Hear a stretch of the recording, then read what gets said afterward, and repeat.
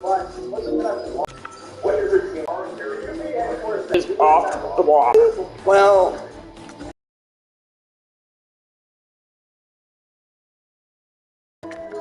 if you just like win the younger player that developed into a role great one, but he's there for 1 to 2 years, nothing. Looking at Colorado, yes, this is his group. That's why I look at the Rangers. If they want to do Miller, start looking at that right side of the defense.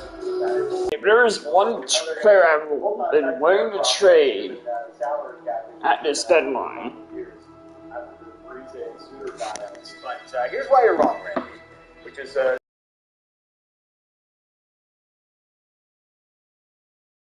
you are thinking about this. Jim Rutherford has basically told us every time that he has spoken publicly, we need cap space. We need a cap cushion. Heck, even Stan Smiel, he's dropping by Hometown Hockey and being like, yeah, Carolyn, we need cap space.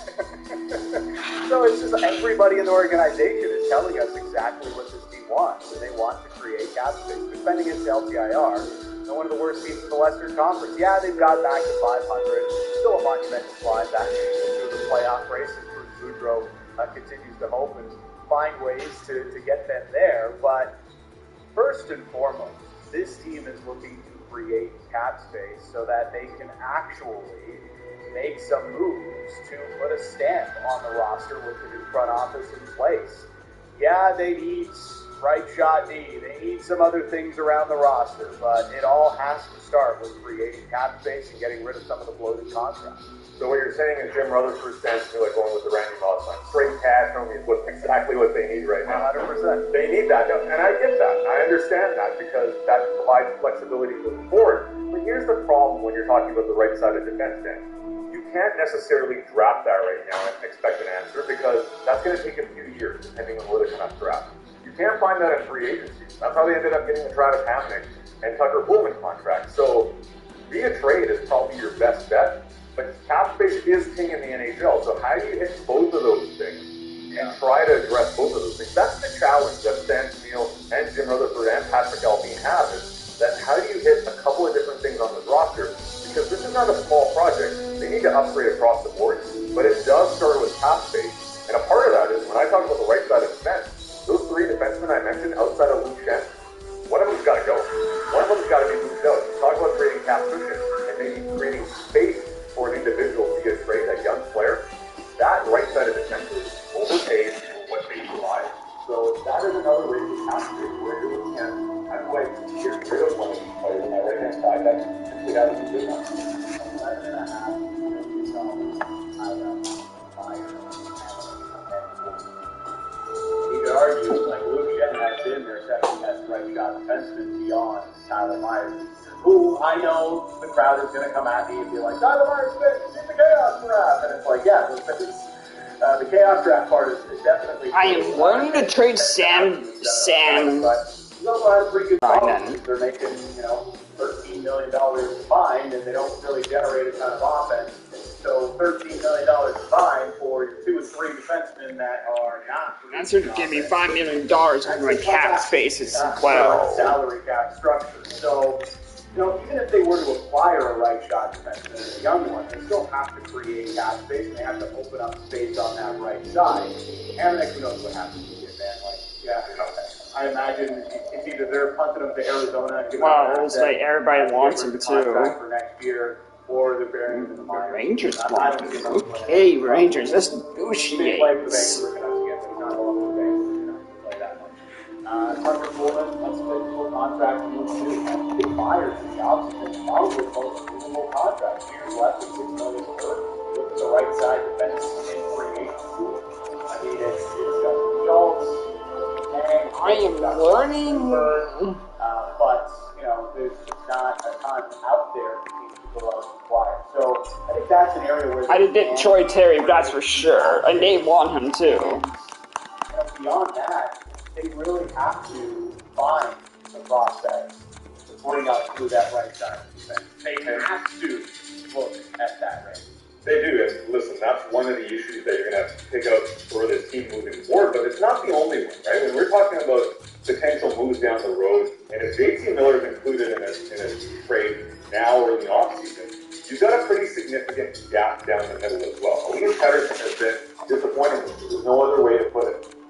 He is a player that has relied on Jason Miller at times to play down the middle, or at the very least, spot duty when Elias Pettersson has occupied the center role, whether it's face off or what full forward guy is playing down the middle. But Jason Miller, if you trick him out, how confident are you with your center position as well? And that's a big issue here, because I think this year and the step back that Elias Pettersson has taken has put a lot of doubt in people's minds and say, okay, wait a second. You still need another player that can play down the middle. You need that third option to be solid. And that's why I think if you trade out a Jason Miller, the right side of the defense is the I look at.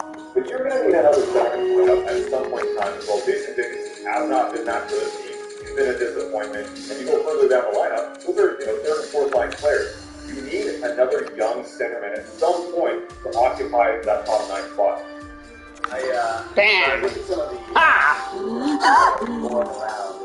There we go. Sam Girard is off the team, and $5 million is also off the team. Giants and former first round pick a couple years ago. Yeah, Lysell looks like a good prospect. You can afford to give up a Connor Garland for a winger. Prospect like he has if you're in the bottom of the guy can on right side defense. I don't think he can. If you're looking at the Mastromi is off the table. And that's going to be a name. So if the Canucks and Rangers, We need to find some for Mason Appleton. I would imagine Vitaly Kravtsov is at least.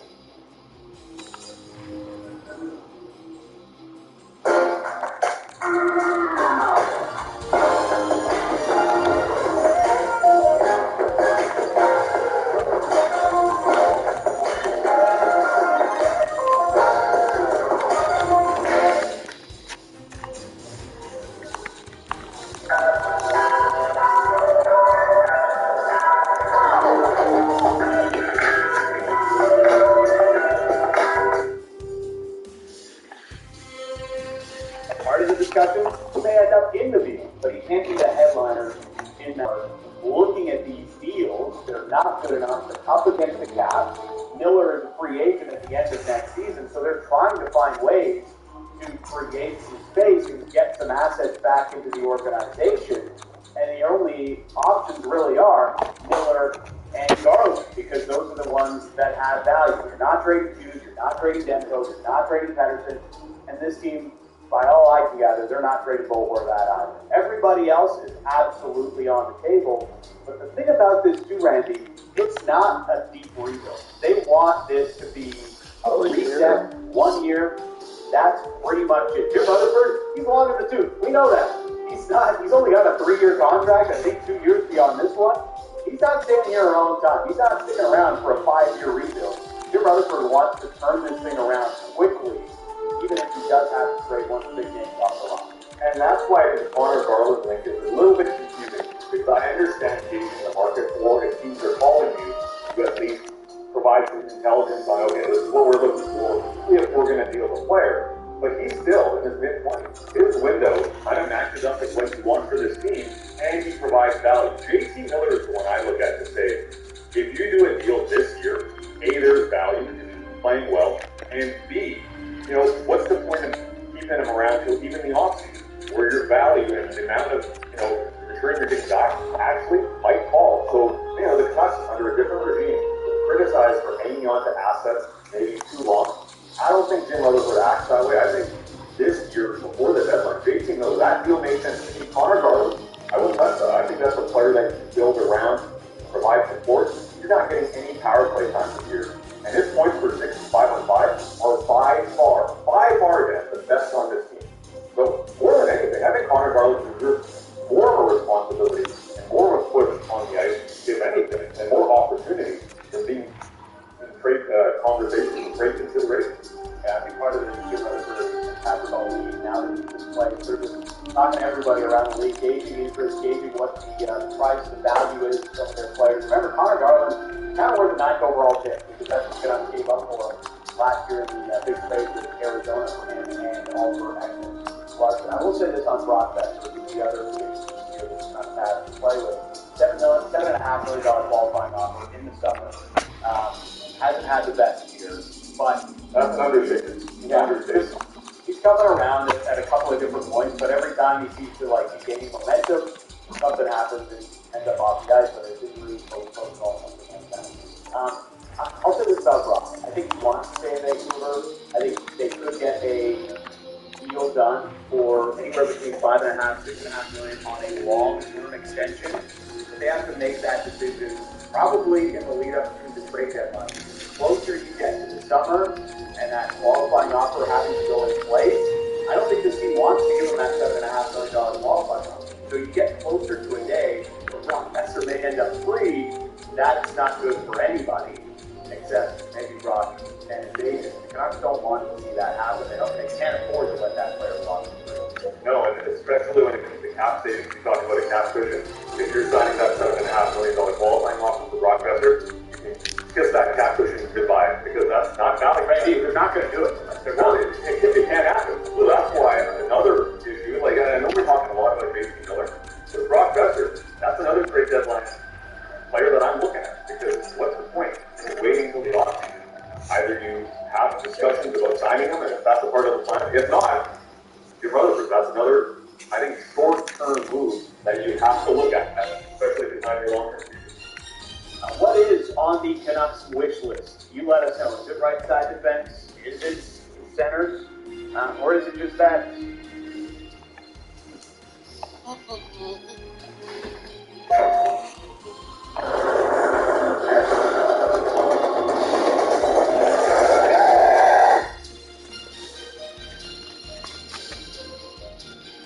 So, for Patrick, the trade deadline is a little over a month and a half away. So I'm going to look at teams that are outside of the playoffs. So I'm going to start with Vancouver, because why not? Vancouver, there's been a lot of talk about players and who may or may not go and all that.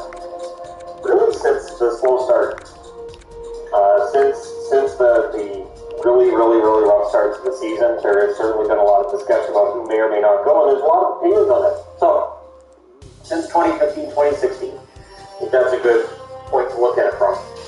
It's been rough. The only year they made the playoffs is 2019-2020, the year that was shortened by the pause, 36, 27, and 6, and at the time of the pause, the Canucks were kind of trending in the wrong direction.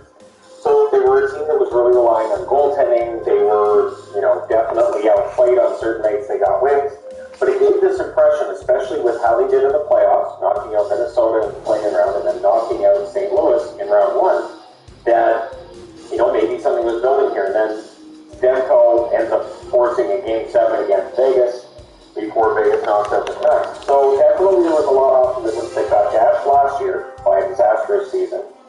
And this year, it's not great. So right now they sit 6 points behind Calgary in the rush for playoffs. Wow, Vancouver actually got rid of that contract. That's going to make things difficult. Right Nice. And so the record from 2015-16 through this year is 206 wins, 233 losses, and 60 overtime shootout losses for a 473 points percentage.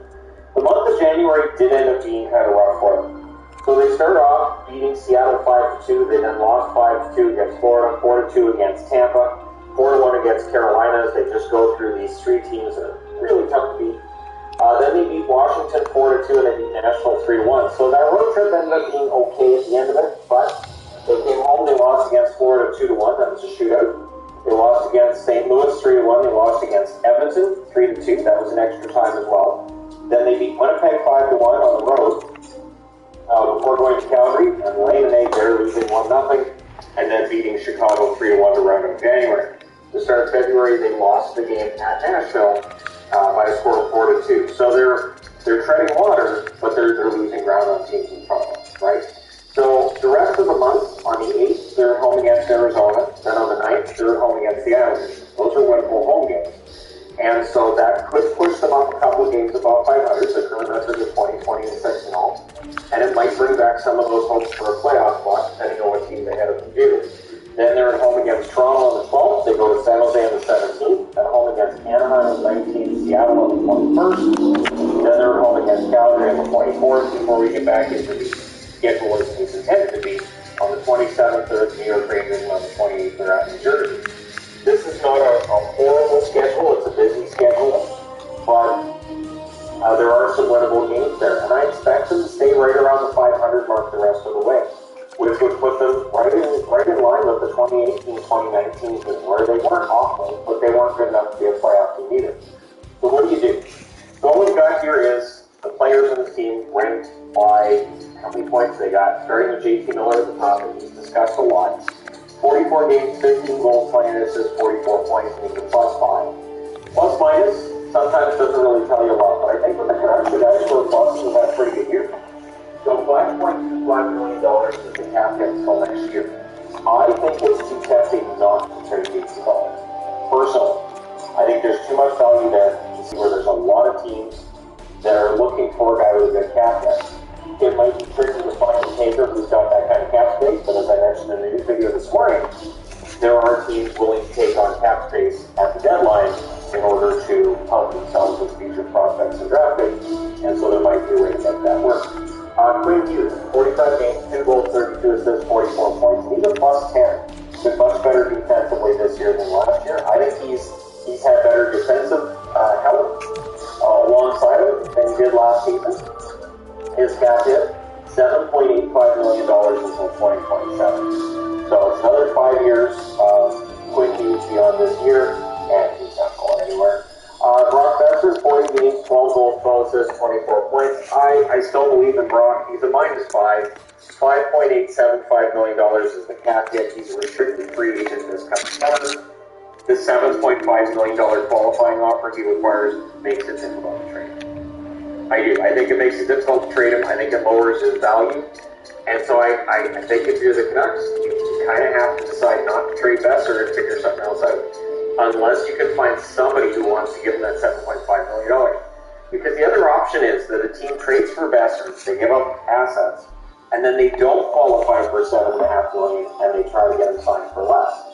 The only way that works is if Brock Besser signs a contract with another team for the trade. So if another team signs it to an extension and then the Canucks trade Besser out, you're probably going to get a lot back. Otherwise, it's probably not going to be much. Then you got Elias Pettersson, 46 games, 11 goals, 13 assists, 24 points. He's a -2 on the season. His play has been much better over the last, since Bruce Boudreau took over. But because his numbers were bad on the season, there's plenty of talk about trading Pettersson. $7.35 million cap hit until 2024. I still think that cap hit's fine. Pettersson's having a down year. It happens to young players. And you're not going to get full value back for Pettersson. And, you're going to send him to a team like where? Like, does he go to Florida and light it up? Does he go to Carolina and light it up? The Rangers? Like, who do you send him to? And then watch him light it up and see if he holds up the Stanley Cup at some point in the near future. And then we've been through that in Vancouver. So, for Pettersson, I really think he's not going anywhere. So all the speculation and discussion, I just can't see it. Connor Garland is an interesting case.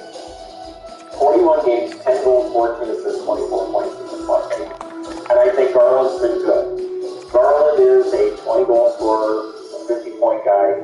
On the right team, he might be able to get up to 60, 65 points. On the right team, he might get closer to 30 goals. He has the heart to drive. His cap is $4.95 million until 2026. Now, this is where it gets on. Right now, Connor Garland has all kinds. From playground to podium, Canada's athletes receive support. That's why more rewards and Save on Food has committed $10 million to fueling sport. His value. He has a lot of value on the market because of the contract that he signed to. This is not a bad contract. We can discuss that the contracts that Benning signed over his time here, but the Garland contract is very reasonable. The problem with it being that with adding that and adding Oliver and Larson, cost yourself some flexibility for next season and beyond, which would be okay if the Canucks are a playoff team, but they're not. So I don't think they can overlook the value of Connor Garland at this point. I think that Garland may very well end up being on. I don't know that he gets traded, but at the very least they should be listening to offers because there could be some that are pretty high. Horvat, 41 games, 13 goals, 10 assists, 23 points, and -3. And it's been a down year for Horvat, absolutely. But he's trending towards, 20 goals, about 45, 50 points. He's the captain. He's not ever going to be an 85, 90 point guy. He's never going to be a guy who wows you on every shift. But he's a hard worker. He is a leader. I've seen complaints about his leadership in Vancouver. I get it, but he's still young. He's still growing into all this. His cap hits $5.5 million until next year. With the numbers he's putting up now, I don't think that his contract at the end of 2023 ends up being an extension that's really, really expensive. For that reason, I don't think Horvat's on the market. I don't think he'll be on the market, and I think he's enough for as long as he wants to be. I don't think the team will look to move him. Pearson, 42 games, 7 goals, 12 assists, 19 points. Plus 3 though. Pearson, I've been on the fence about. Was not happy with Pearson at points this season, but he's gotten better. He makes $3.25 million until 2024. And it was one of those head scratchers for Becky when he signed to that extension. There were some who felt $3.25 million was too expensive. I will somewhat agree with that, in that I think you could probably replace Pearson for less and get the same amount of points. It makes it tougher to trade him. Well, it might make it a little bit easier if the Canucks retain salary. The fact that he's signed through 2024 might make him an attractive option for a team. I'm just not sure where he'd go or what that would entail. He's likely still a Canuck at the deadline. Homelander, 45 games, 8 goals, 7 assists, 13 points. He's a -3. Makes $891,000 till 2023. I don't think Homelander's been as good this year as last year. We can have a debate about whether or not that has to do with ice time or he's not getting those same opportunities, but I don't think Homelander's had a great year. I think he's been good. He is still on pace for about 15 goals, which is solid. I think Homelander still has a lot of potential. I don't know that he's ever a star, but I think the potential for him to be a guy who scores 20 goals every year is there. Tyler Myers, 46 games, 11 assists, and he's a +9. He's got the best plus-minus rating on the team, but he makes $6 million till 2024. Myers is virtually untradeable, I think. But B, if they retain salary, no, right? Myers, it is 2 years past this one that it's $6 million. Obviously, that's the issue. If Myers was making half of that, I don't think we'd hear as many conversations about Myers. But he's making $6 million a year. And it was a contract that at the time of the sign, people said, wow, that's a little bit high. And so Myers probably a Canuck through the rest of that contract unless they figure it out this summer. I can't see him being a trade deadline deal. Puck Colson, 43 games, 7 goals, 3 assists, 10 points. He's a +5. There have been complaints about the ice time he's getting, which is standard. Around the NHL, you are always going to see a young player who isn't getting the ice time. And whether it's the coach doesn't have faith in him, or he just doesn't have the chemistry with the right line mates, whatever it is, you're always going to see that complaint about certain young players not getting the time. For Puck Colson, it's not as important that he gets it this year, it's about progression. So as long as what he's going through now ends up making him a better player later, well, we'll see, right? $925,000 is his cap hit until 2024. There's no reason to even consider moving Puck Colson, and I don't think the Canucks will. And I think there's a lot of potential there. He is a hard worker. Even if Puck Colson busts, and if his ceiling is 20 goals, 35 or 40 points, he will still be a useful player. He will always have a job in the National Hockey League. He's a star role. But again, first year, you really don't know yet. Tyler Mott, 31 games, Chase on first. 37 games, 5 goals, 4 assists, 9 points. I think if they find a taker for Chase on it, they can take it. Because he's on an expiring contract, it's just league minimum. I don't know that there's a market for Chase on, but at the deadline, you never know. There's always guys that we see get traded at the deadline that we think, that's an odd name to get moved at the deadline. They gave up an asset. Interesting. There's the works, and that's done. Now Tyler Mott, 31 games, 5 goals, 4 assists, 9 points. He's a -1. Not -1. But he's a -1, -1 on the season. Just say -1. $1.225 million until this summer. Very, very popular with Canuck fans. Huge popularity. He's one of those guys that I think is ultimately replaceable. And for Mott, he can be the best player in certain games for the Canucks, which I think is more of an indictment of some of the guys at the top of the board than people may intend it to be when they talk about, wow, Mott looks great. Yep, the other guys up there don't. So it definitely makes him stand out more. I would not be surprised if Mott gets moved at the deadline. He is a heart and soul player. He is one of the more popular players, I think, among the Canucks, at least from what I see on social media and whatnot, but I would not be surprised to see him get moved. Oliver Ekman-Larsson is not going anywhere unless he wants to. 37 games, 5 goals, 4 assists, 9 points. The cap hit of $7.26 million until 2027. It's an issue. It's why Arizona made him available last offseason and this past offseason, and they made the move. And the rumor that he was going to go to Vancouver was out there 2 years ago, and here he was. And it's been good defensively. Defensively, he's solid. He's very good on that side of the puck. The offense is not what it once was, and so much like Myers, if he made less money, I don't think they'd be complaining. But it's the fact that Myers and Ekman-Larsson take up $13 million in cap space put together as part of the Canucks issue. Sometimes fans will say, well, I'm fine with that cap hit.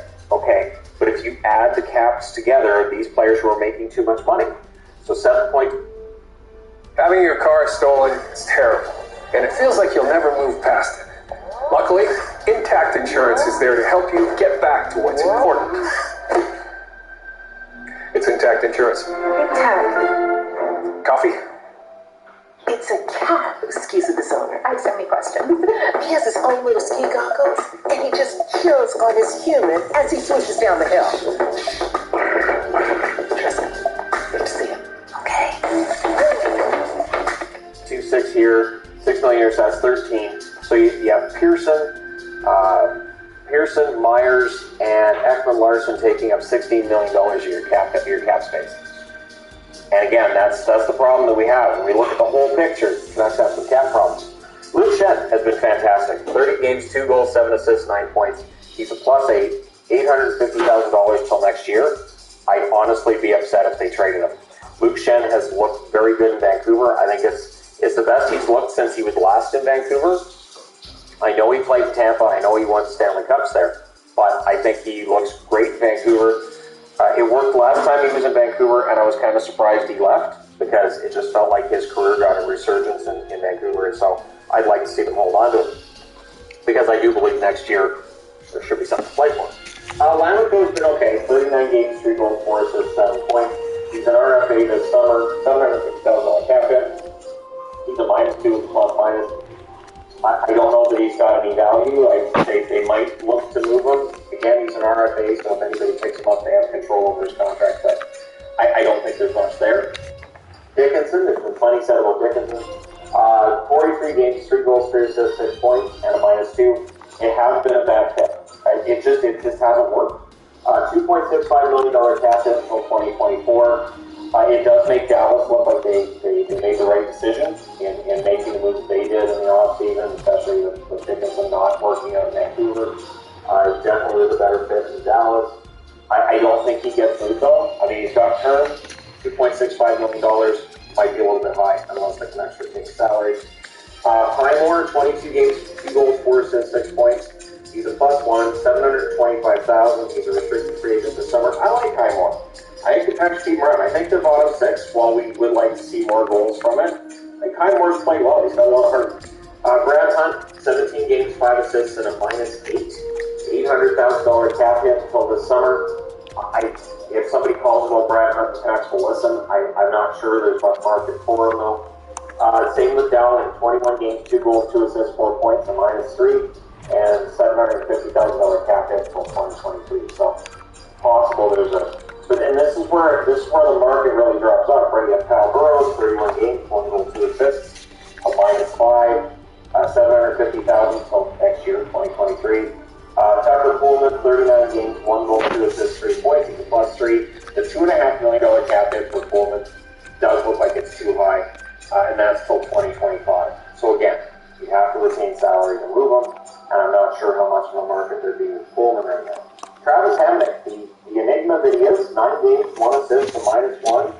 He makes $3 million this year and next year, unless he gets bought out, which I would think he gets bought out. Hamonic, it's just this big, mysterious ball that the Canucks have got, and whatever that crystal ball is going to tell us, Brisbois, just a 1 game, a -5, being a restricted free agent this summer. $725K. He's free agent this summer. Noah Juleson, 5 games and -3, $750,000. He's restricted free agent this summer. I'm okay with them keeping Juleson around. Rathball, 9 games, -5, $925,000. He's restricted free agent this summer. Rathball, I will agree with Canuck fans on some level that it'd be interesting to see how he would work under Bruce Boudreau's system. The one thing with Rathball is, if you have Rathball out there and you have Hughes out there, that's a small defense. And what we've seen in the NHL over the last, I'll say especially the last 5 years, big defense is usually a winning defense. And so if you have 2 smaller guys out there, you can't just offset it by saying, well, Tyler Myers is bigger than a human, so that offsets it. And not really. Bailey, 14 games and a -5, $750,000. Good foot soldier. I guess he could get moved at the deadline. And Sheldon Drive, 2 games, an even 0 on the plus minus. It should have that one green, I guess. And he's a free agent this summer, $750,000 cap hit. There's not a lot of value with the Canucks when it comes to the sale. Then you get into the goaltending. Demko, $5 million cap hit till 2026. It looks fantastic right now. 17-15-2 record, 917 save percentage. Black's 2-4-2, 918 save percentage. $1.5 million cap hit. He's a free agent this summer. There's been a lot of talk about whether or not they move him. He has no movement clause. But much like Ekman Larson, it's up to Halak about whether or not he ends up being moved. And so I have no idea what's going to happen there. I know people are worried about cap penalty for how many games Halak ends up playing, but the Canucks are going to be in trouble next year. Spencer Martin looked very good. 1-0-2, 958 save percentage, $800,000. He's a free agent this coming summer. Michael DiPietro, 0-1, $824,000.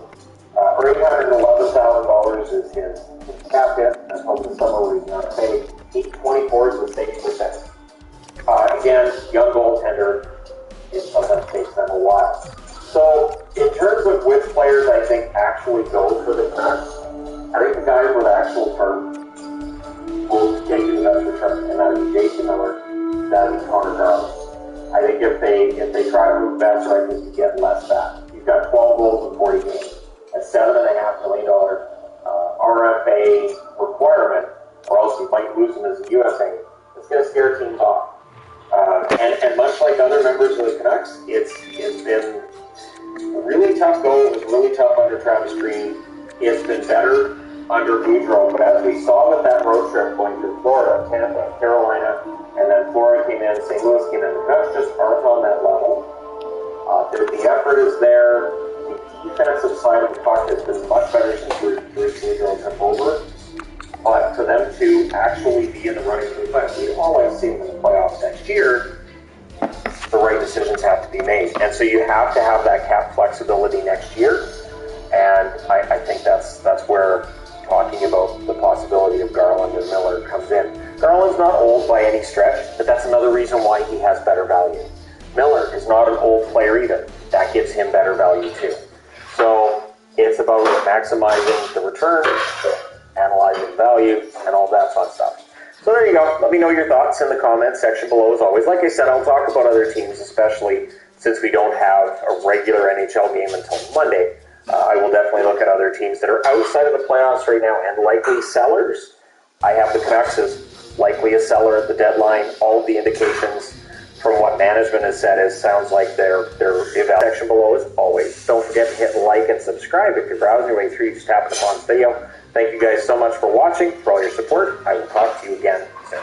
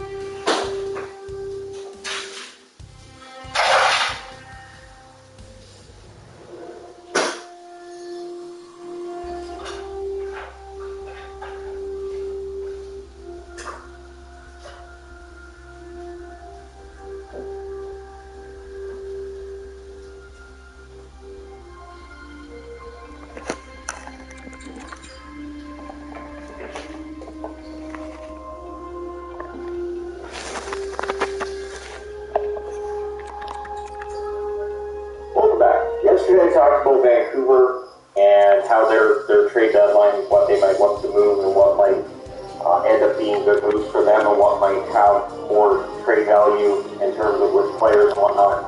With Seattle, it's a little more clear-cut, though. This is a team that absolutely, we know, will not be in the playoffs this year. They are currently 18 points back in Calgary. They've played 4 more games in Calgary. So, yeah, the inaugural season, and all these really fun magnets made up for the first season, and Seattle fans likely won't want to look back on the inaugural season unless they do something really smart at the deadline. And we look back next year and say, wow, as bad as the year was for them on the ice, what they did off the ice was smart in terms of how they planned this out, and now things are better. So this is about looking to next season. Now, the salary cap is this odd beast. Every team now has a capologist, and this is why. So we look at how much cap space a team might have on any given day, and we say, okay, this team has $1 million, right? Right now, their roster is worth $81 million, $81.5 million. Here's the salary cap, so they have $500,000 cap space. But hello, New York. You want to trade your first round pick, huh? You put guys on IR. Oh, wow, right way to sniper. Okay. More cap space. So for Seattle, and it's prorated as well, their current cap space is $17,545,864. And again, that's the cap price. For the deadline, which is almost 2 months down the road, about a month and a half now, their deadline cap space currently $37,284,960. So yeah, this is a team that can park some money. This is a team that can absolutely make some big moves at the deadline and make things better as soon as next year.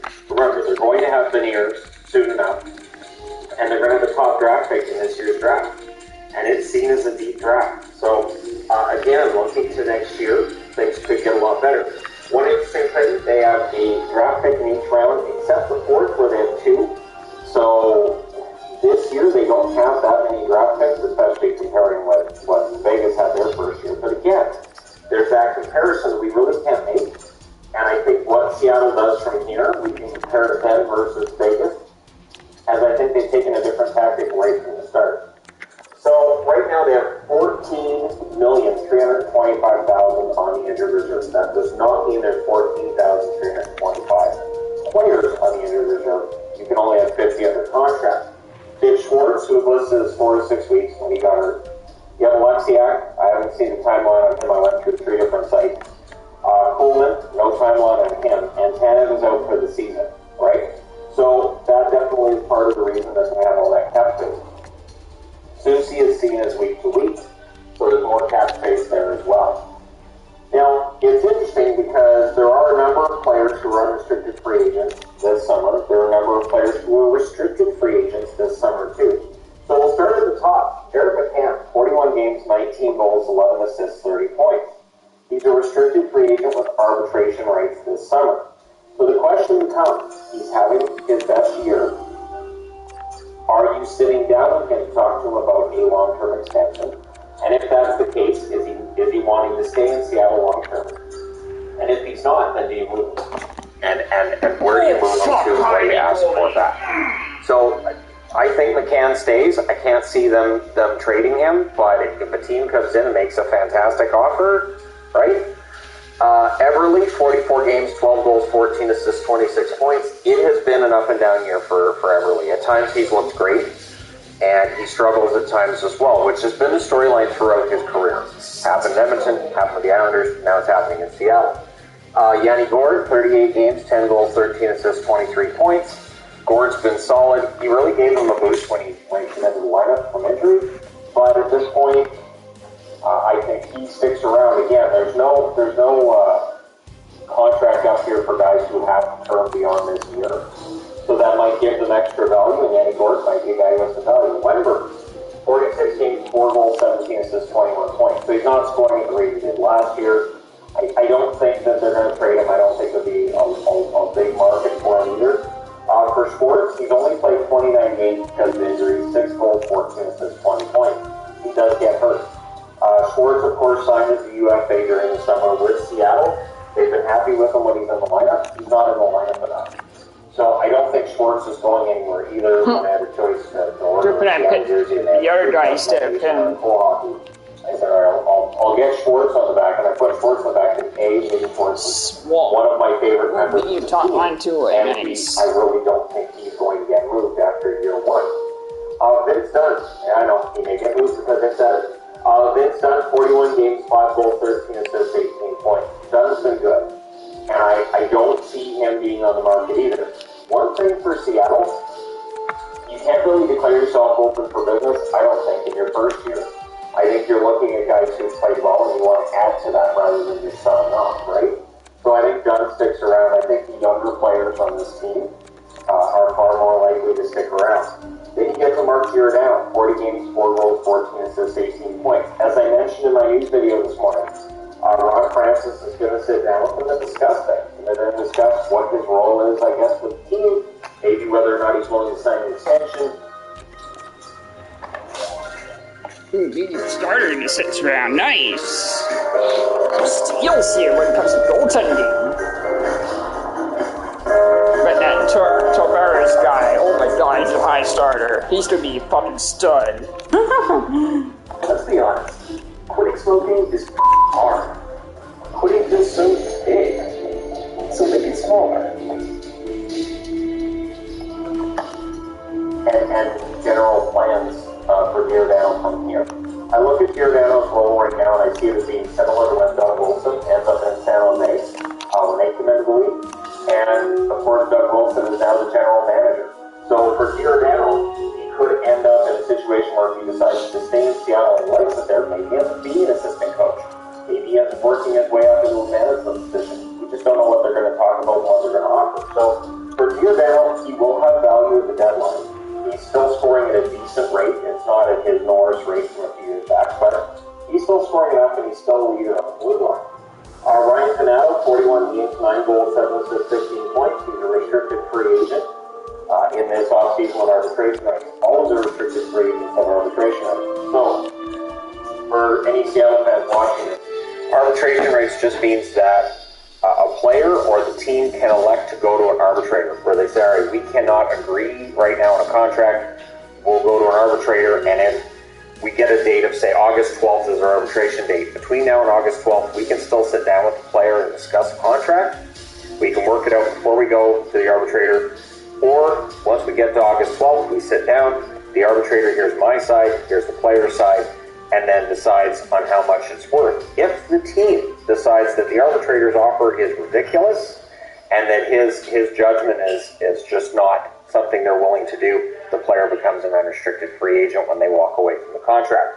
So arbitration can be a bit of a messy situation, but Ron Francis didn't have a problem picking up guys that he knew would have arbitration rights when he picked them up on in the expansion draft. So Donato's an interesting case. I think he's had an up and down year. He's a decent enough player. He needs to be top 6 to produce.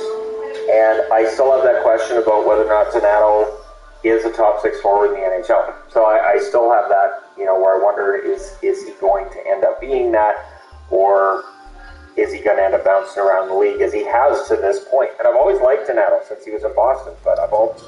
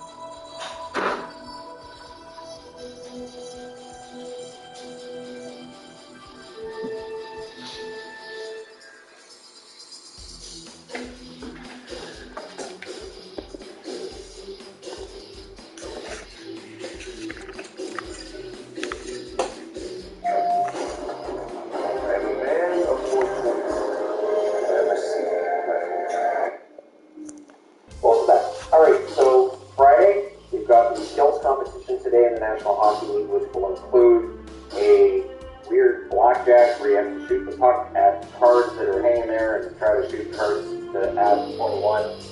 And yeah, so we'll see how that goes. Sometimes when they have the new competitions, they work great. Sometimes they don't.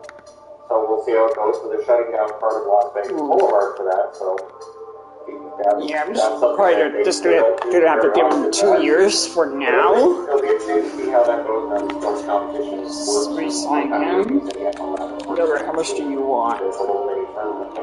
Yeah, no, I'm not signing that. You're just a rental. So we've got all the press conference stuff going on. People asking Kreider about his great season and him basically answering like the team's having a great season. People are surprised that he's being humble about his own season. Well, A, you don't want to jinx it. And B, yeah, that's decent. 3 years and 2.4. He joined late, but still. But on to the news today. The candidates for the GM job in Chicago, they're going to be interviewing. Scott Mellanby apparently is going to get interviewed, as well as Peter Chiarelli is among those that will be interviewed. If Mellanby got the job, it would be. I think he's a good candidate in that he resigned in Montreal because he was told he wasn't going to get the GM job. And I think he's a guy that should be a general manager in the NHL at some point. So if he's willing to take the job in Chicago and interview, I think he'd be a good pick. Peter Chiarelli, of course, well, we'll see, right? Peter Chiarelli, honestly, for all of the negativity against Kepler's name, was GM in Boston Bruins when they won in 2011. I've had the argument of sending him before in his time in Boston, before it all went bad.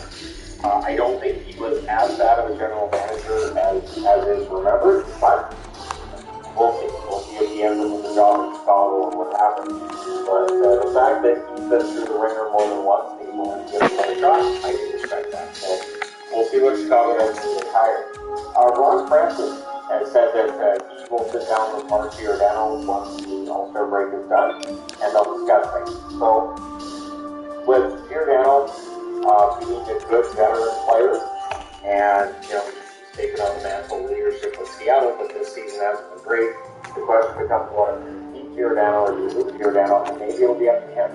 Maybe Giordano will be willing to stick around in Seattle and maybe sign a contract for a year, and you just went out for another year, or maybe you move him at the deadline, right? So we'll see what happens with Giordano, and if a move could happen, we end up back in Calgary. Could that potentially take place? First, we've already seen players that got taken in the expansion draft end up back with the teams that they got taken from. Vanacek, of course, was traded back. Bastian ends up back there on waivers. So it can happen. So we'll see what happens with Giordano, but if he does become available, I would think there would be a lot of interest. Patrick Laine was unhappy with the comments from his coach. Coach Larson in Columbus basically referenced last season. He was talking about Laine and how, we don't want to go down the same road we did last season. Laine was not happy with that because he was assured that there was a clean slate in Columbus, and that what happened last season, the disastrous season that he had last year, wasn't really factoring into anything this year, and they weren't going to bring it up. So the fact they brought it up didn't make him very happy. Laine, you do get the feeling with Laine that he is a player that you kind of have to watch yourself around and what you might say, because it might get interpreted. And I'm not saying that a coach shouldn't say something about players, or vice versa, the player shouldn't say anything about the coach. But Laine's a very talented player who, when he's confident, when he's motivated, can be one of the better goal scorers in the NHL. I really think there's a matter of with Laine finding the right team and the right coach. It still could end up being Columbus, and I think he can be a 40, 50 goal scorer most seasons. Again, it's a matter of him being happy and finding somebody who can really channel that energy. And so with Laine saying he was unhappy with coach's comments, and of course he doesn't have a long-term contract in Columbus, so that'll definitely bring up, it's rumor season, so don't be surprised when there's these rumors that come out of this. He's not saying he wants out of Columbus. He's not saying anything along those lines. He's just basically saying, hey, I was told it was a clean slate. Just come back next year. We'll forget this happened. This was just a rough year. And let's keep in mind that for Laine, recently going through the passing of his father, might be a little bit more touchy at this point in time than he might otherwise be. So I'm not thinking that this is really a big deal. But again, we will see how Laine's relationship with the Columbus Blue Jackets evolves from here, because that may make his decision for him on what he wants to do when his contract is up, and whether or not he wants to commit to Columbus, or it's another one-year contract, or if he has to trade. So we'll see what happens. But that trade has, while it looked like in the beginning it worked out really, really well for Columbus, and that Roslovic looked fantastic, and Laine was okay at times.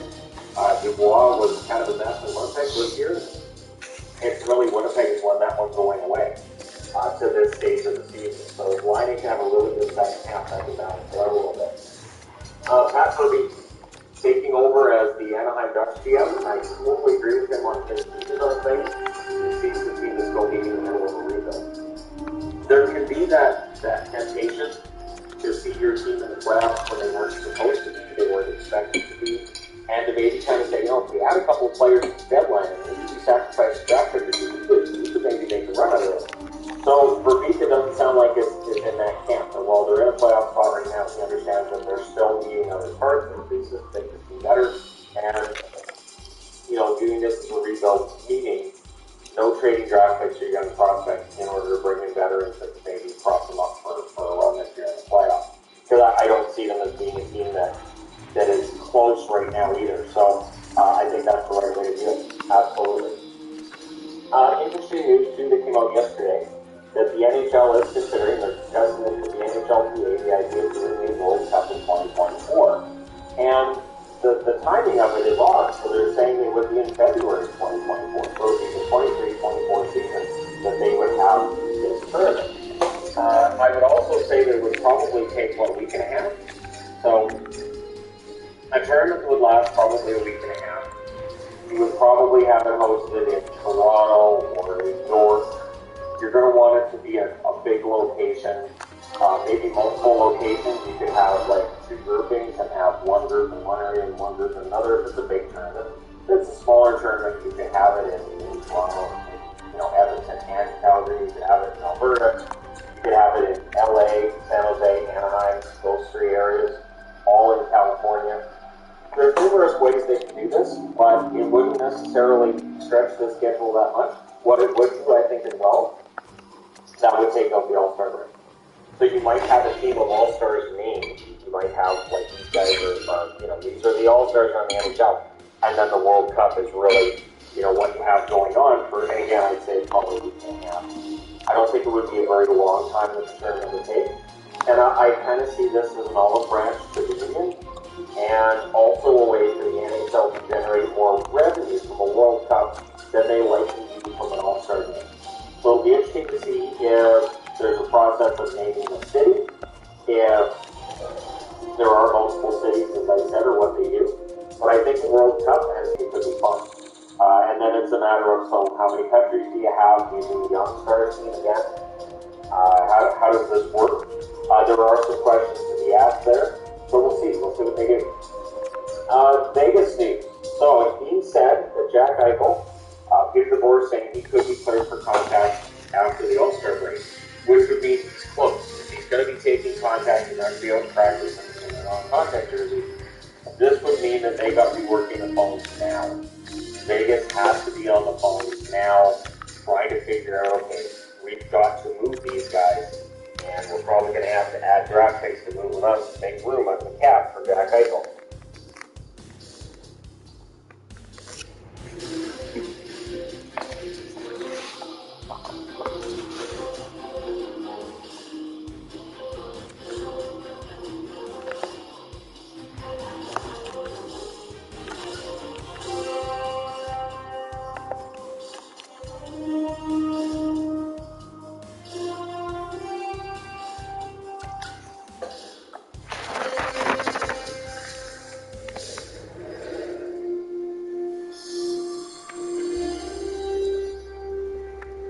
Nicorette proudly salute.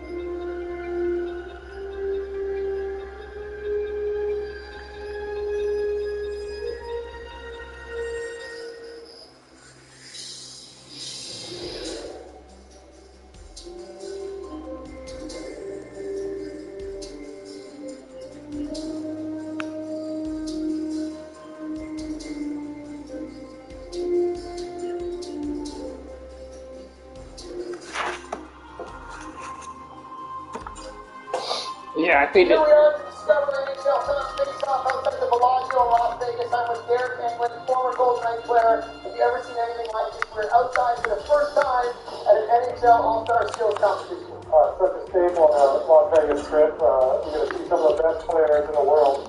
Test their skill of finesse, passing, and we're going to see it at the iconic Bellagio fountain here. Yeah, this is true pond hockey. We're literally outside the Bellagio on water. We're going to find out who's competing in this. Throwing it down, so Laura, take it away, Laura. Jerry, I gotta say, first of all, this is really, really cool. We're out here, of course, everybody's taking some of their warm-up shots, practicing. I talked to a few players on the way over here were actually a little bit nervous, and then I asked them after taking some practice shots, do they feel any better? And they said, no, we're actually still nervous. The concern, the real challenge out here is the smaller targets, because that makes it extremely difficult. So watch for that as we see them get going. But either way, what an incredible moment, incredible opportunity. They're all so excited to see their names up in these Bellagio fountains. We can't wait to get started. Let's go ahead and check out the rules right now. Vegas is full of iconic attractions, including the spectacular Fountains of Bellagio, where our NHL All-Stars will take to the lake and test their skills in a slow-elimination bracket-style tournament. Discover NHL Fountain Face-Off, standing on a floating center ice rink. Each player will put the red pucks on 5 wooden buttons. They can land in anywhere they want, but a puck that ends up in the pond doesn't count. Two players will do 4 out of 5 targets, but fastest time will move on to a head-to-head fight. So they'll have to hit all 5 targets to be crowned our Fountain Face-Off champ. All right, let's take a look at the order for this. First up is Jonathan Huberdeau. Second, Claude Giroux. Followed by Jordan Everly, Justin Lemarou Davidson. And then fifth spot, Roman Yossi, followed by Nick Suzuki, Zach Wierenski. And finishing up the lineup, Mark Stone.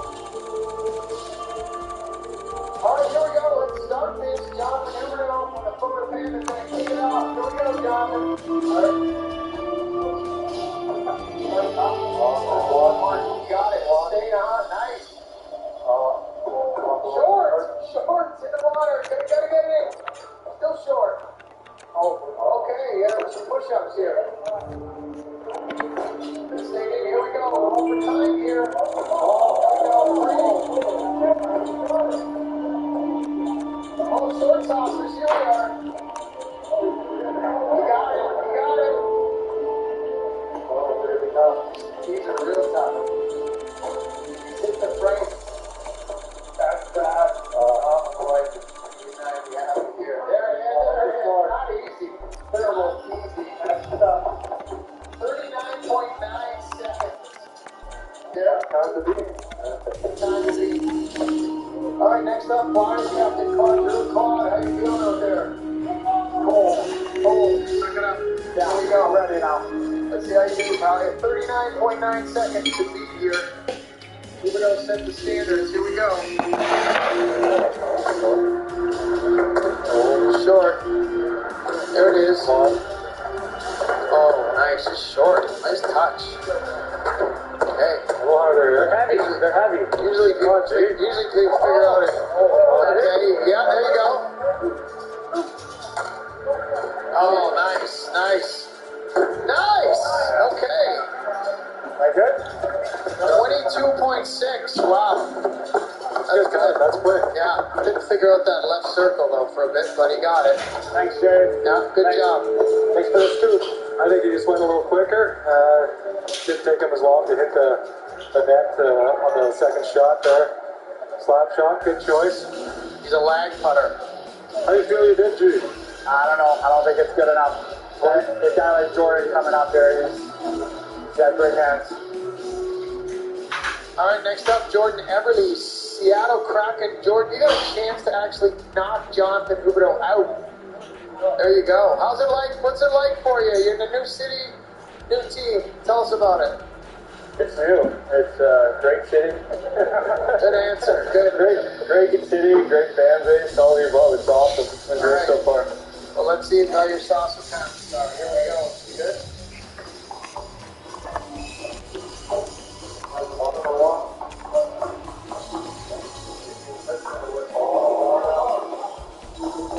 Oh, yes, you fuck. Oh, as you change. Fuck's sakes. I know Huberdeau's counting the seconds.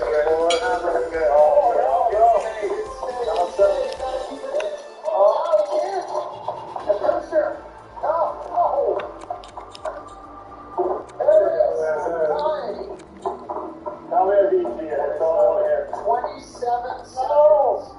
27.934. We're going right down to the third decimal place, the 1,000th decimal place here. Okay, with that score, Jonathan Huberdeau is officially eliminated 17 seconds into the competition. That's a bit of water. You can just jump in. You would make a great statement just jumping in, Jonathan, and swimming to shore. Don't do that. All right, up next, Jocelyn Lamoureux Davidson. Jocelyn, obviously, you're the only female in the competition. Jocelyn, how's the experience being among these guys out here on the Fountain and the Bellagio? Aside from it being a little chilly out, it's pretty cool being out here, so I'm just hoping I can bring it to you on Sunday. I hope the gospel turns out. Here we go, Jocelyn. Chance to knock out, Ponzer the first, so Everly would be our first. Here we go. Oh, bad bounce. There we go, look at that. One, still short. Come on, get it. Here we go, that looks good. Two. That's it. Three. Oh, come on, Jocelyn.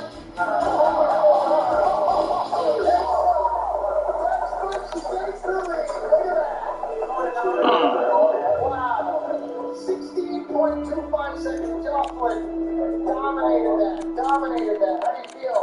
Pretty good. I'm wondering if the Rocks will show up in the day one here in Bellagio. Jordan Everly, it's all over for you, buddy.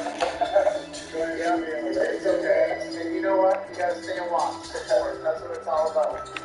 All right, our fifth shooter, Roman Yossi. Roman, that's a tough act to follow. Jocelyn got 16.25 seconds. Okay, here we go. Good luck. We'll get it. 91. Look at that. Top shelf.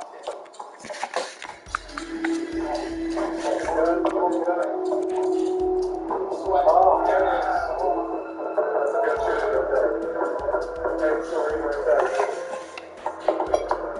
11.85 seconds. But, yeah, Bob, it is like disappointing. You're out. How did that feel?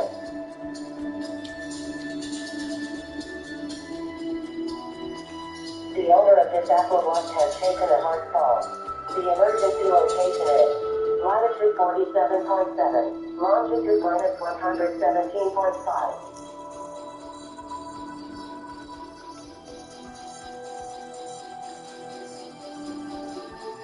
Aren't you running down? The freestyle expired, sorry, Sal. But the charge is in. Good thing is you don't have to, 24 hours technical patient fix it. Oh, that's so helpful. Yeah, it's so nice. That's helpful. And we will see Mark Stone in his first All-Star game, along with Jonathan Marchessault was on vacation in Dallas and Lucas when he got the call. And Alex Petrangelo and Kevin Pierce is ringside. Kevin? Hey guys, it looks like Marchessault and Wilson are having a little discussion. Maybe a fight to kick the game off here? Get the crowd into it? That might do it. I think everybody likes to look at lines though in these All-Star games, and we have Connor and Leon with I think definitely the four more in there. I think they're coming up next year. Wilson scored. Big long. Almost the fastest goal in All-Star game history. And John Gibson gets beat by Pavilla Tom Wilson. Well, late edition for Alexander Ovechkin. And you go back to the Stanley Cup final of the Washington Capitals, all the different things that happened in this building. And Wilson, enemy number one, gets started with the game's first shot. For Gibson at the cup one to handle early on. Rod Brendamore played his hunch and paid off with the early goal. Well, the future bit on the officials, what was happening, I think they were just going to let him play it. Run on. 13 seconds, the back of the goal. The All-Star game record 12 seconds for the first goal. And they go again. Oh, wow. That one, he's out there. 3 forwards for Rod Brendamore. That gets over. Will Giroux was there along against Marchessault, Stone, and Petrangelo, the 3 Golden Knights, trying to deal with Fox.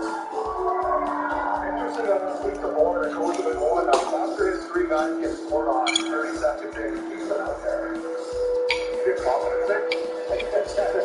This is Frank Young. You know how difficult it is, Kevin. A new game at any time is a tough one to get the engine cranked up. A new game and an all-star in Vegas. That is quite a little challenge for these guys to get the cobwebs up. Well, this guy usually has the cobwebs up. Not the game of the work, but knocked off his stick. And Chris Friday, the lead goal scorer, the late goal. Jake Bowley, there was an Islander, a Ranger, and an Islander together. Adam Keller plays in his first all-star game. And here's a big away by Dreisaitl. I think these games we find that early on it's a little bit of a feeling out process. It's goals, it's fun, everyone's touching the puck, and then as the game gets on the line a little bit later, you start to see the competitive views going again. Guys want to win and move on. Jordan Eberle, the former Oiler, out there along with McDavid and Dreisaitl. His first all-star game in over a decade. Here's Dreisaitl in front. That's up against the net, and Pellick sends it ahead. Back the other way goes Hughes. Jack Hughes going to walk in. And that's Bob Apple. That's tough there. Good response there by Gibson. And you mentioned Brendamore. It's interesting, isn't it? You mentioned the Ranger and Islander headed down the wall up there together. Rod never seems to miss a beat there. Trying to get guys that normally would be at each other's throat to try to come together. Terry to the net. Roy Terry, 25 goal scorer of the season. Leading marksman for the Ducks. Slip forward there. Timo Meier is tied it for the Pacific. Well, Kevin, you know as a defenseman, you're not playing what you normally would here, where you take the body on a player like Meier because of the danger he had. This one just a little flip.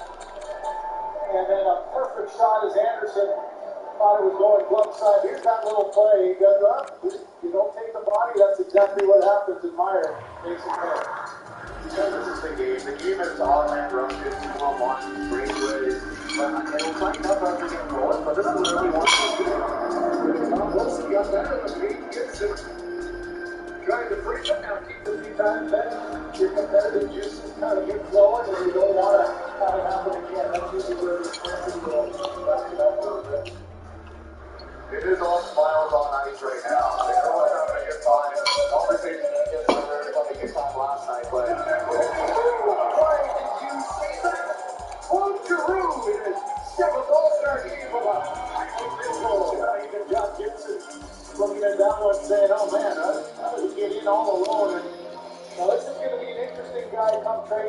times up to date. Coach Giroux, still one heck of a player. Here's a little example of backhand, forehand. Gibson, no chance on that one.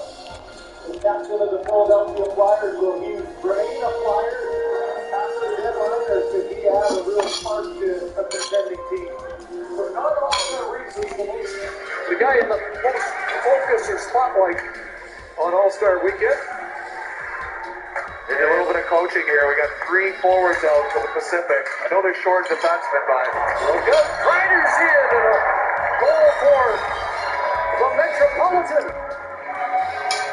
And it's 3-1. And quick shifts. This Carolina, Sebastian Aho gets a little pat on the back, and turnovers are always a big part of the game, but there's the tip back as Gensel gets it over to Aho, and tough start here for, as it always is for goaltenders, but Gibson thinking it's going backhand to the glove side, and Aho with such great patience for the year he's having. 19 goals on the year, 45 points, and he's going to the 3-1. Johnny Gaudreau's on the bench. Johnny, your team a favorite with the Metropolitans. Come on here, pretty quick. Yeah, I gotta get you back there.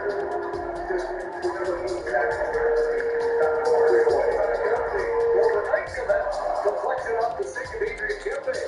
So now the California guy out with the Golden Knights first. He's going in front of the net. The puck over the stick of Kempe.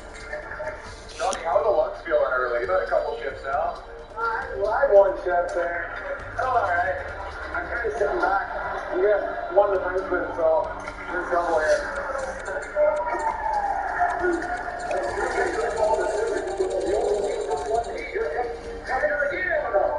Walker stopped there by Gibson. That's out to center. Here's a break. You know who? And stopped by Trevor Anderson. Oh, good job by Anderson. He was backing up, trying to match the speed of McDavid, and able to close the 5-hole at the last second. Bob Wilson in again, trying to set up Zach Werenski. Now set ahead out of the reach to Pietrangelo, and he steps off the last man back for the Metropolitan. And now Lee beat Tom Wilson all over here, and Gibson stops him. That's 3 or 4 chances for Wilson here in the opening 5 minutes. Taking advantage of his late chance to be an all-star and doing a good job with it. Giroux centering play. Gibson a top stop there off his heads off. Now Pietrangelo back and trying to hook up with McDavid. That doesn't work. Draisaitl will follow. And has to regroup with Pietrangelo trapped offside. Alex Pietrangelo recently hit the 500-point plateau. Centering pass broken up, and Jake Gensel's away. The first ever Nebraska-born player in the All-Star game. It's written by Genzel. That's pretty sharp. He's shot on that already. Almost his multiple pretty. Here's that the block. That's what Denver's doing, no this. Aho, Gensel, Giroux. Very quick, Gensel unable to play back from his feet. I think about when he was younger, even now, Giroux, So I'm going to have Sergachev play with Romanov on the top line, and then I'll probably have Stillington and Luria play on the second pairing, and I'm going to have Andre play with Sandin on the third. Probably that's probably my defensive pairings going into next year.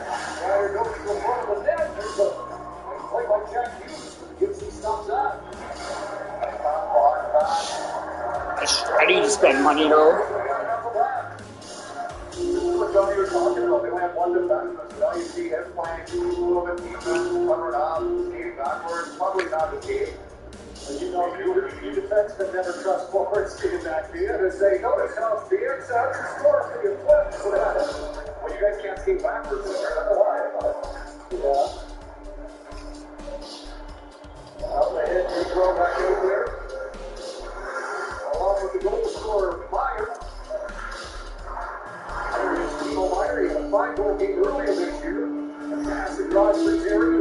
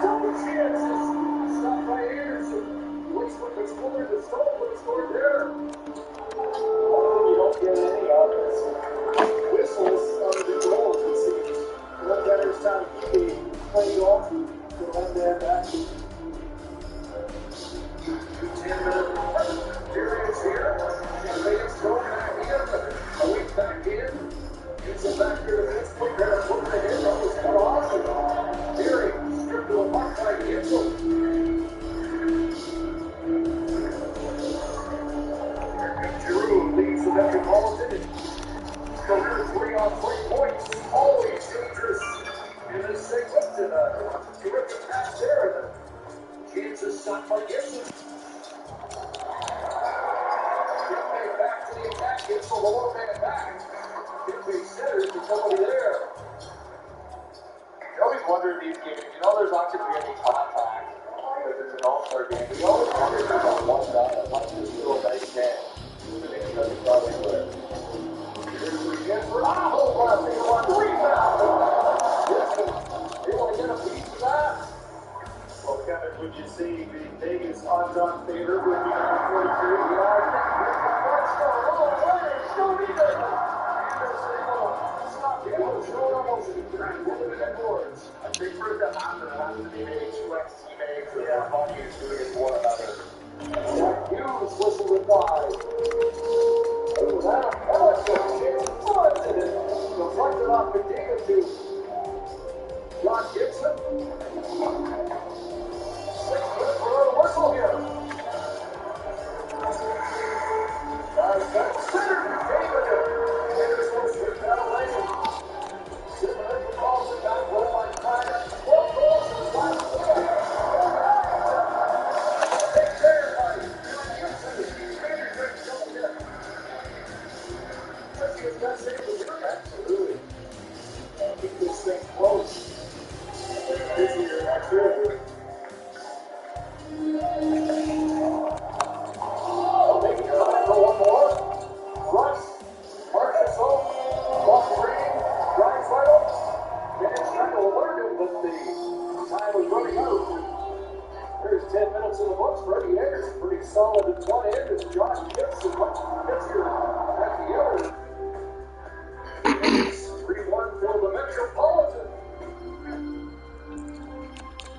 Try our new Southwest Burger with Cajun spiced 100% fresh Canadian beef. Only at Triple O's.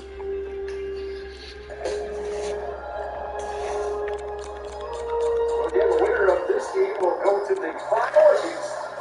The winner of the other matchup between the Atlantic and the Central. Here is there's Christian Johnny for the shot back. Back the other way comes Tom Wilson. 43 teams to play. Zach Walensky is stopped on the play. The other goaltender. After this spell, there's some great moments and it stands the Vegas home right. So now in their building, he shuts the door here. He's going to have to be pretty good. Don't get Chris in this second half here to try to get his team back in the game. There's a back pass broken up and back the other way. Comes Gibson, flipping it ahead. Walensky has the break. He gets the goal post.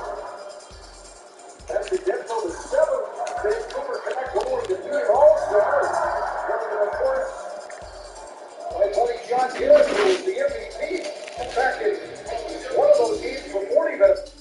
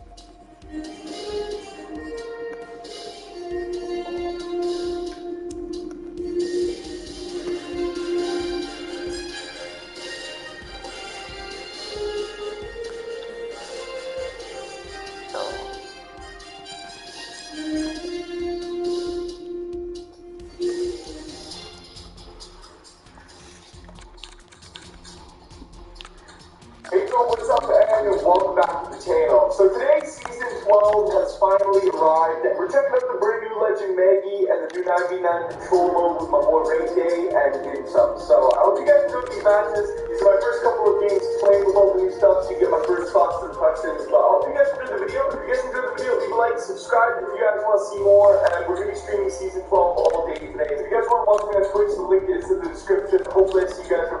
the video, but I'll put you guys into the games without further ado. Let's do this. So every year it's the same thing. I get like a couple hours to play on launch day, and then it's spend the rest of the day hanging with her. What a drag! You know, I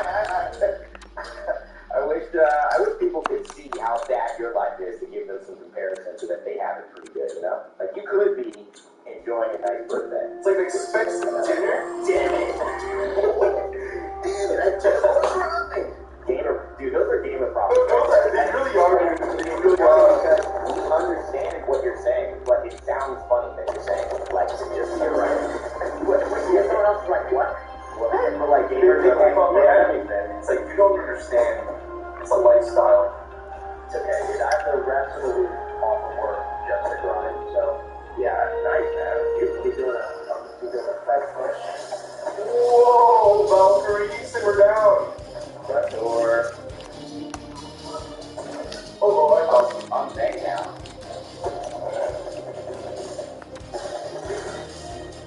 dude, I think this is one of my favorite maps so far on Control. It's something about fighting and it's How to team watch when you can't find your keys.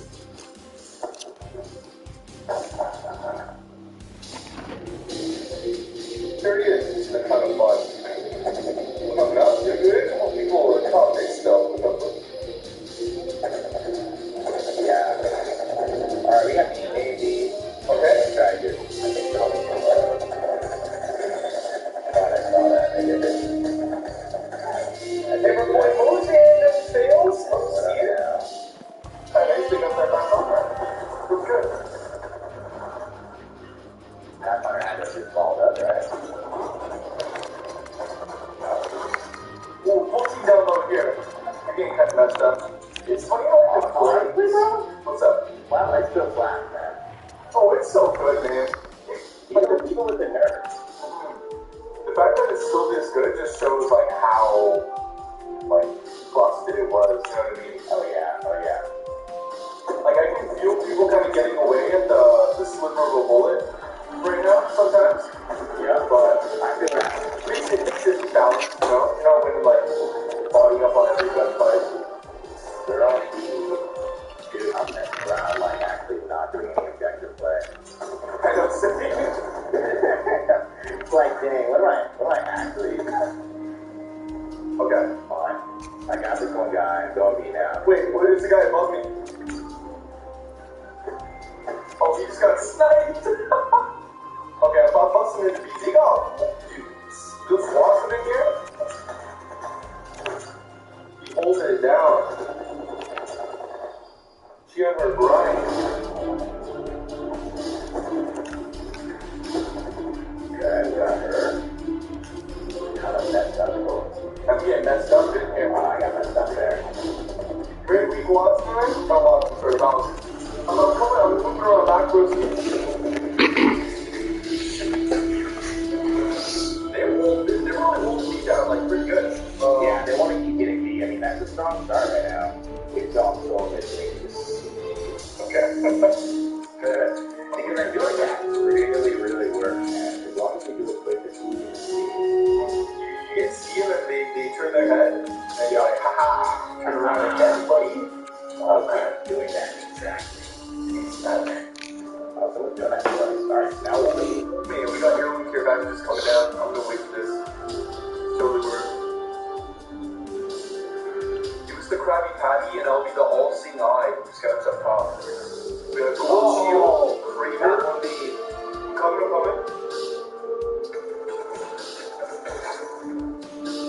Oh, snap, let's go. Oh! That boy's got wrecked!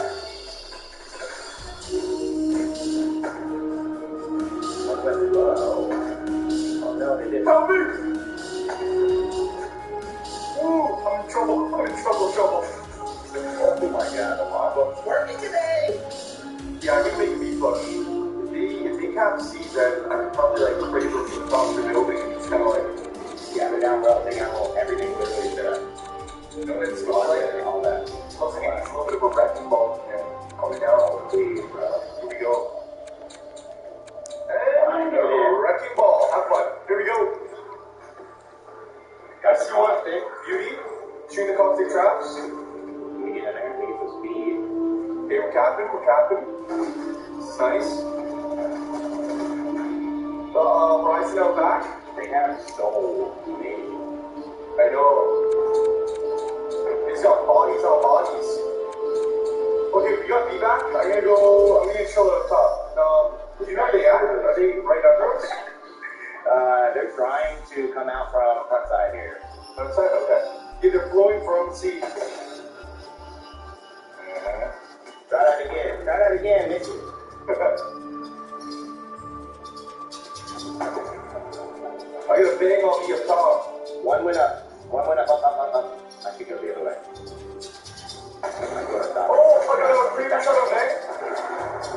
I'm coming down. See, like, cool things like that, man. Just like shooting through the floor upwards. I know, that is actually sick.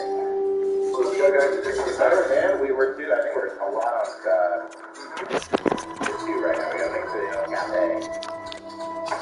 We look like a force right now, bro. There's really 9 of us up here. They're trying to go cafe. They're trying to go cafe. We gotta go. Cafe? Okay. Yeah. Oh, crap. Look, they're gonna get A. Yeah. That's all same time, bro. Yeah. Okay.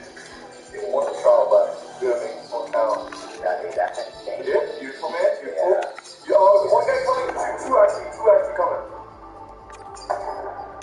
I missed. Okay. Wait, you guys got it yet or not? What's in there? We got it, but no one's touching the point. We're throwing our own game. Absolutely are. Well, hey, Valkyrie, what you doing there, my lady? Classic literally hit in the corner with a gold devotion, like. He messed you up. Yeah, I'm going in the sea right now. Hopefully, this guy comes with me. Hey, still in trouble. Yeah, you gotta get C. We're in a good spot. Okay? I'm very scared right now. I got people coming on me. That sounded so wrong. I see. Dude, they have it. They got it? Well, we got C. We're tapping in. Oh, I'm gonna die. We have 3 domination, baby!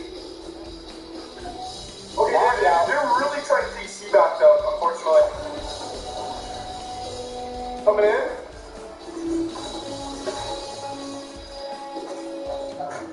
Your boy went down fighting.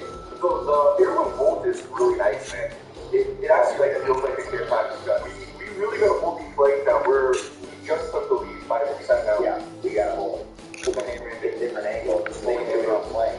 Okay, I think I hear people up top at me.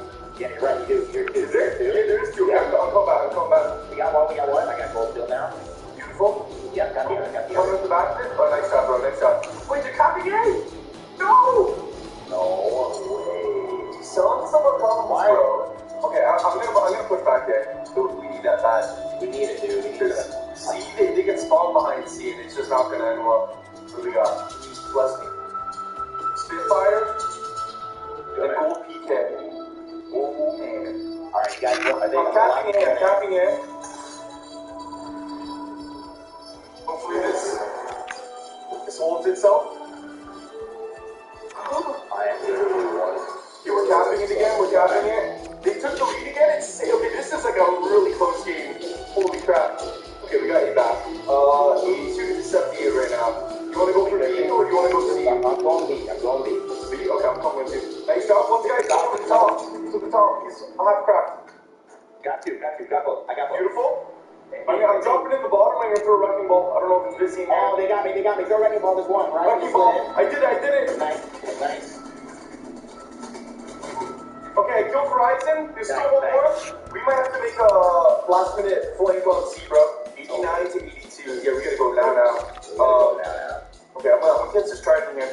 Should we get it? I think we gotta stop before they get like 95. Yeah. Okay, I'm zooming out. Wait, guys catching C. He needs help. He's solo. I'm with him. Okay.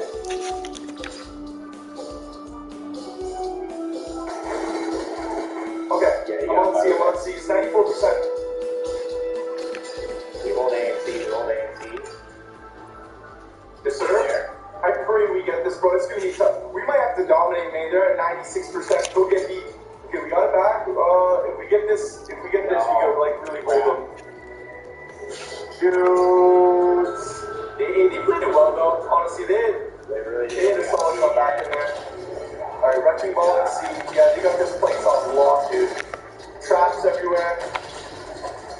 Dude, that caustic. Hey, we go down fighting. Jeez. Woo! What Maxo, man?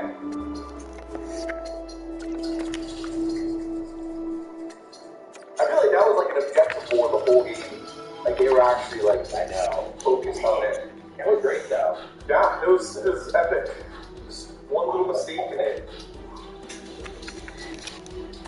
So yeah, that's some season 12 with the new Legend Maggie and the new 99 control mode. It's kind of fun.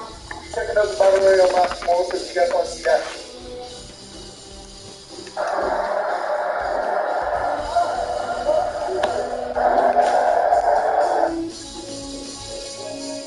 Alright guys.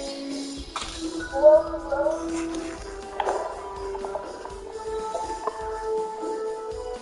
301 now.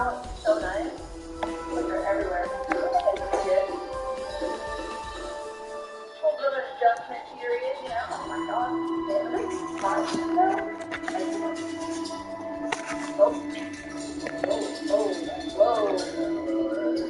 Whoa, no shot, please. Play here.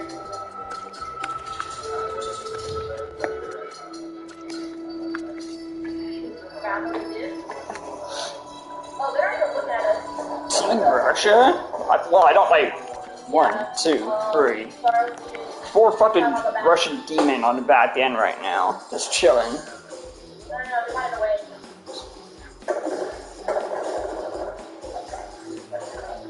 I'm right here. Drop. Down low.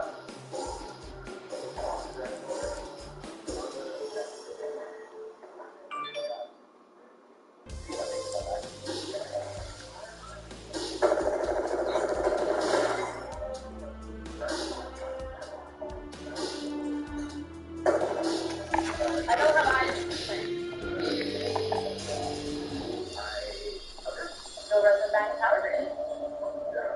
Yes, sir. Are we able to run up? Or am I going to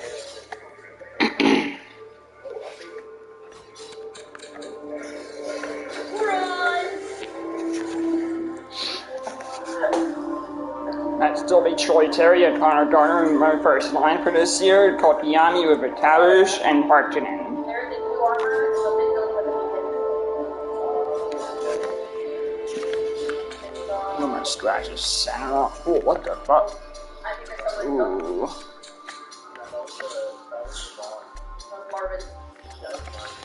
Marvin's scaring me, man. Marvin's the chill. There's no other tactical. I mean, yeah, I'm not gonna waste it right now because I don't want to use it and then need it. Oh wow, you guess we press 2 on there. I will be using this after the next time. Literally so weak. Oh my god, get back down. I'm a different team. There's a solo race inside the actual bell. Let's give it up.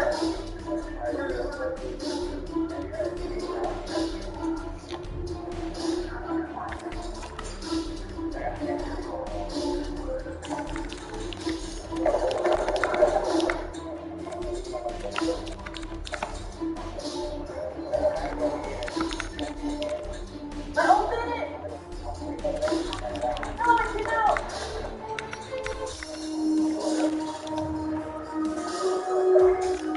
Burning him hard. Good jump. What? So weak? What is so weak? What that was? Give me what? 106 on his teammate. 106. I don't know who that is.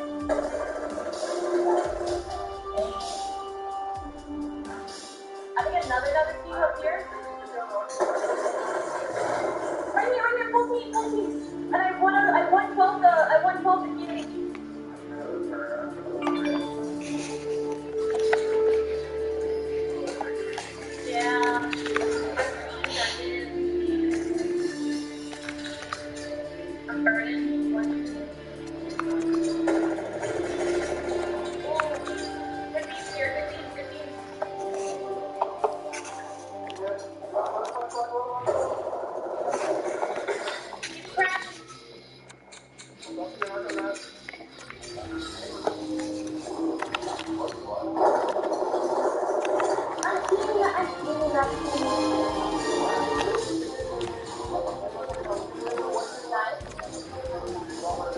wow, nice. DC plus 2 on the power play. Let's go. Sean, do I want money on the power play or no?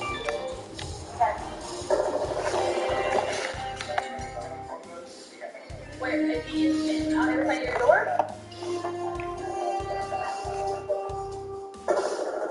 Doesn't he have a flavor?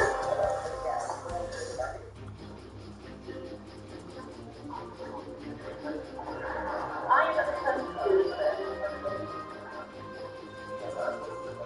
I don't. The fact is, though, we definitely need to take care of him.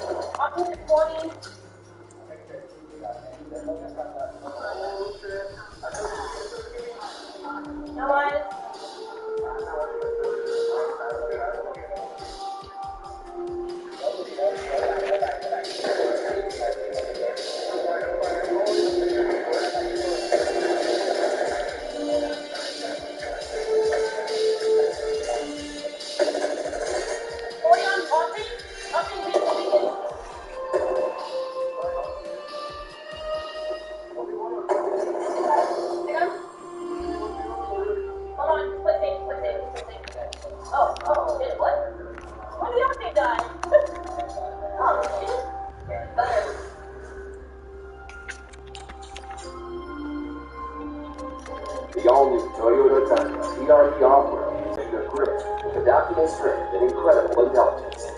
It commands your way through any landscape with improved ride comfort and handling on the rigid, next-generation, fully boxed frame connected to a multi-link suspension system with integrated hydraulic hammers. Canada's toughest terrains confidently with Tundra's new rear differential lock and automatic traction control, which help prevent wheel spinning on slippery ground and durable underbody protection to keep the important stuff scuff-free. Or climb intense elevations with 3-mode crawl control that adjusts your throttle and brakes automatically and downhill assistance.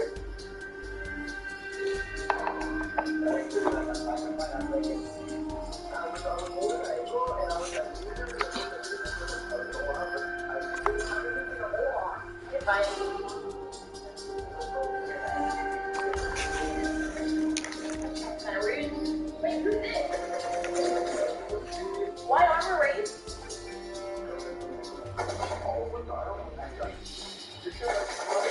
Hello? No. Where'd she go?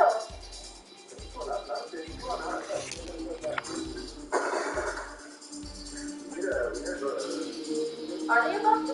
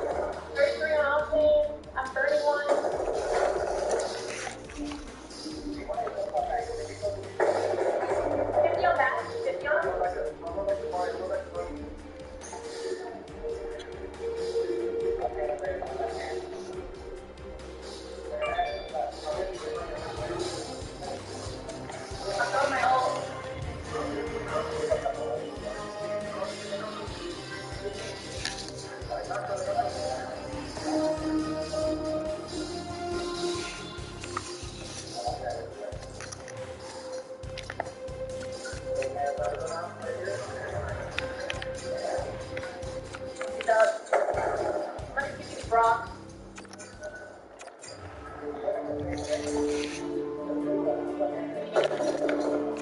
Become a friend, but maybe not really people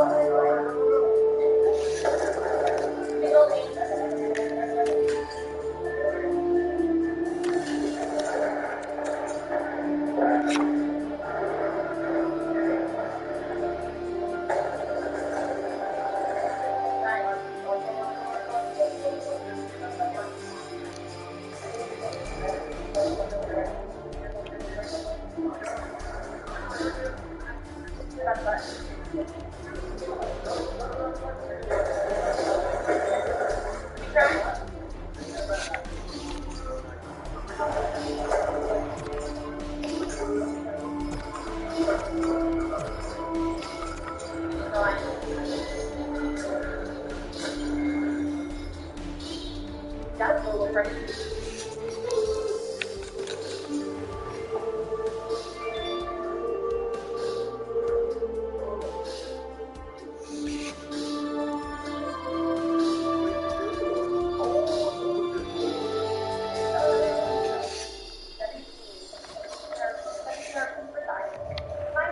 First day of season 12 stream.